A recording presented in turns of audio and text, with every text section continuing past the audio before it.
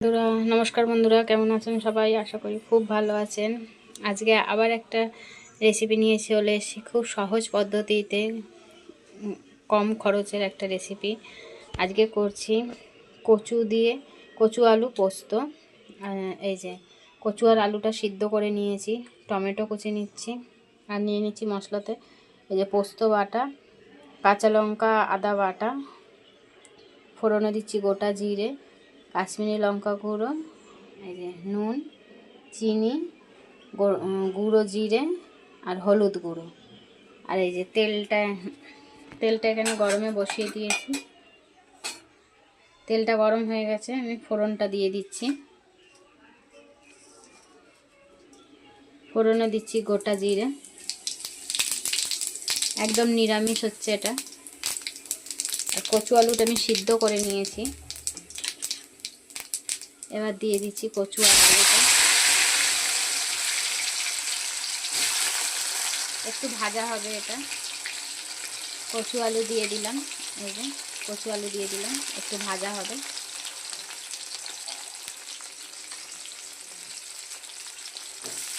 কচুটা ভাজা হয়ে গেছে, এবার আমি টমেটো কুচিটা দিয়ে দিচ্ছি।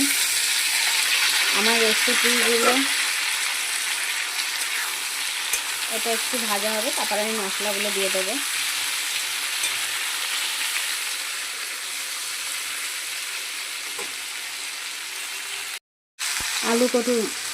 আলু কচু আর টমেটোটা আমার হয়ে গেছে। এবার আমি এই মশলাটা দিয়ে দিচ্ছি।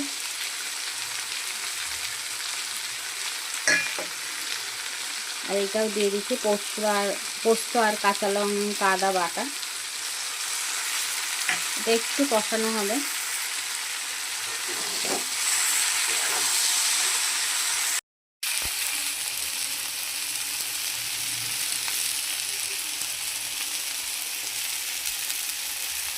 এই কষানো হচ্ছে।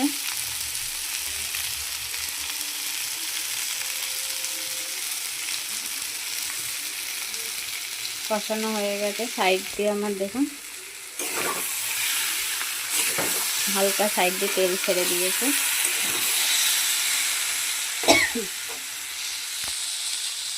এবার আমি এর মধ্যে জল দিয়ে দিচ্ছি।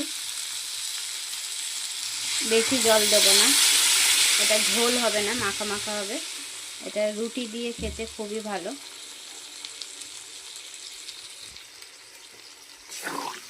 আর আমার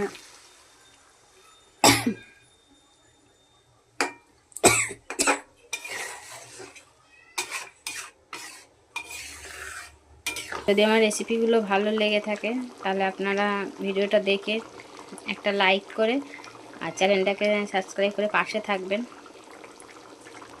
এটা একদম শুকনো হবে, এটা রুটি দিয়েও খেতে পারবেন।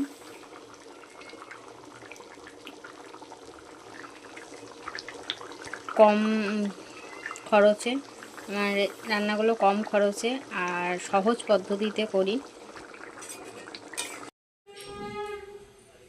এই যে বন্ধুরা কচু আলু দিয়ে পোস্ত, দেখুন